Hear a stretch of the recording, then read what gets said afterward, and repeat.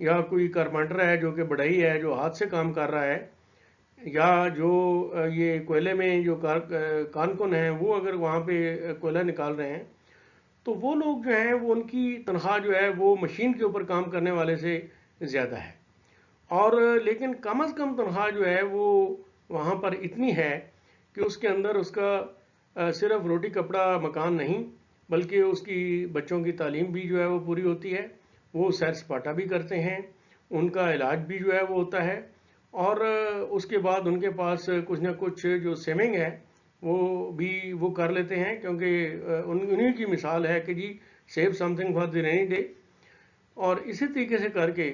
اگر آپ دیکھیں کہ جی اگر ان کے پاس جاب نہیں ہوتی تو ان کی جو حکومتیں ہیں وہ وہاں پہ ویلفیئر کے طور کے اوپر ان کو گزارا الاؤنس جو ہے وہ دیتی ہیں، جس میں اس کی بنیادی ضروریات جو ہیں وہ پوری ہو جاتی ہیں۔ تو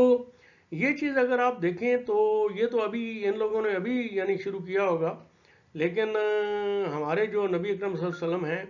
انہوں نے آج سے 14 سال پہلے جب ریاست مدینہ کی بنیاد رکھی تو اس میں یہ چیزیں جو تھیں وہ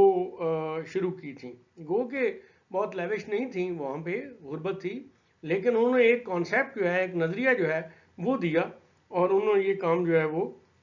شروع کیا تھا۔ اب اگر آپ دیکھیں کہ جی ہمارا معاشرہ جو ہے اس کے اندر یو نو چھوٹا اور بڑا اس کا تصور جو ہے یہ بہت ہے، اور اس کی وجہ یہ ہے کہ جی لیٹ سے کہ جی ہمارا جو ہندو معاشرہ ہے اس میں برہمن ہیں، کشتری ہیں، ویش ہیں، شودر ہیں جو انڈیا میں ہے، تو ہم لوگ چونکہ ان کے ساتھ رہے ہیں، اور اس لحاظ سے ہمارے میں بھی یہ بڑا چھوٹا کا جو کانسیپٹ ہے یہ آ گیا ہے کہ جی گو کہ ہمارا دین کہتا ہے کہ جی بڑا آدمی بہتر آدمی وہ ہے جو کہ تقوی میں بڑا ہے، لیکن دنیاوی طور کے اوپر چونکہ ہم کہتے ہیں کہ نہیں جی بڑا آدمی وہ ہے جس کے پاس دولت زیادہ ہے، اور چھوٹا آدمی وہ ہے جو کہ جس کے پاس دولت جو ہے وہ کم ہے۔ اب ہم اگر آپ دیکھیں کہ جی کیا جو ہمارا جو مزدور ہے اس کو ہم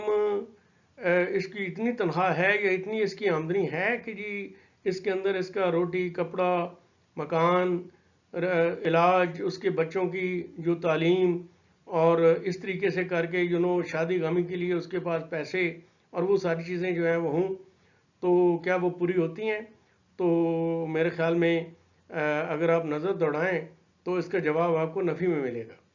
isn't it؟ تو اس لیے اس کی بنیادی وجہ یہ ہے کہ ایک تو ہمارے پاس یہ مہارت جو ہے اس کی کمی ہے، اور اس کے لیے ادارے موجود ہیں، کوشش بھی کر رہے ہیں، لیکن پھر بھی ہمارے پاس جو ٹرینڈ لیبر ہے وہ نہیں ہے، اور جو ٹرینڈ لیبر ہو بھی جاتی ہے تو وہ پھر اگر ان کو باہر جانے کا موقع ملتا ہے تو وہ باہر چلے جاتے ہیں، کہ ہمارے پاس اتنی اپرچونٹیز ہی نہیں ہیں، ٹھیک ہے؟ اب یہ کسی بھی انسان کو کام کرنے کے لیے جو موٹیویشن ہے اس کی سب سے بڑی جو ہتھیار ہے وہ ہے ترغیب دینا، اور ترغیب جو ہے وہ جب موٹیویشن دی جاتی ہے وہ اجرت سے دی جاتی ہے۔ اب مزدور کی اجرت اتنی ہونی چاہیے کہ جی اس کی یہ تمام جو بنیادی ضروریات جس کا میں نے پہلے ذکر کیا ہے وہ اس کی پوری ہونی چاہیے، isn't it؟ تب جا کے جو ہے وہ اپنا کام جو ہے وہ کرے گا۔ اب اس میں جو کچھ حکومتیں ہیں انہوں نے یہ کام کیا بھی ہے، وہ کچھ مالی امداد بھی انہوں نے کافی دی ہے، یہ علاج کے لیے بھی صحت کارڈ وغیرہ جو ہے وہ دیتے ہیں اور دیا ہے انہوں نے، اور پھر یہ جو پناہ گاہیں اور سستا ریشن اور اس طریقے سے کر کے جو باقی ویلفیئر کے پروگرام تھے وہ انہوں نے کیے ہیں،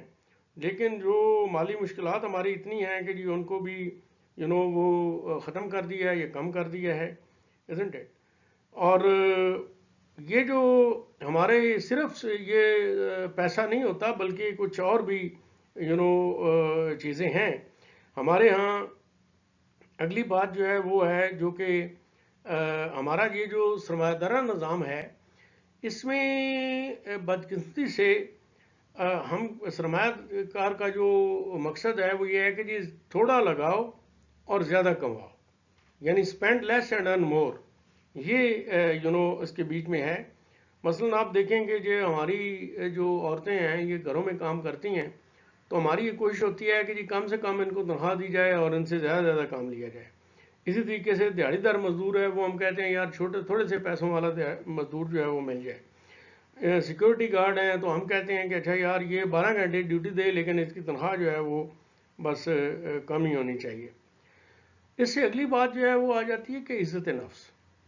جو ہمیں ٹھیک ہے مطلب ہے کہ اللہ تعالیٰ نے قرآن شریف میں فرمایا ہے کہ آپ کسی کو اگر صدقہ کرتے ہیں، اللہ واسطے دیتے ہیں تو اس کو چھپا کے دیں، اور آپ ظاہراً بھی دے سکتے ہیں تاکہ دوسرے کو ترغیب ملے، لیکن اس میں دکھاوا نہیں ہونا چاہیے. آپ جو بھی کام کر رہے ہیں وہ اللہ کے لیے کر رہے ہیں. تو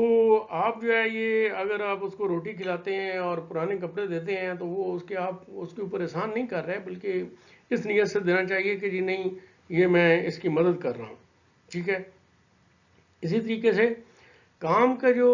دوران میں جو زبان ہے وہ شستہ ہونی چاہیے، اس کو حقارت سے پیش نہیں ہونا چاہیے، جو کہ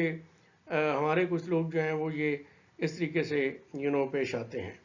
ٹھیک ہے. اس سے جو ہے وہ اس کا تو وہ تو بیچارہ کام کر رہا ہوتا ہے کہ جی اس نے مزدوری لینی ہے، لیکن آپ کا اپنا بھی جو ہے وہ اخلاقیات اس سے ظاہر ہوتی ہیں، اس کی گراوٹ جو ہے وہ اس کے بیچ میں آتی ہے.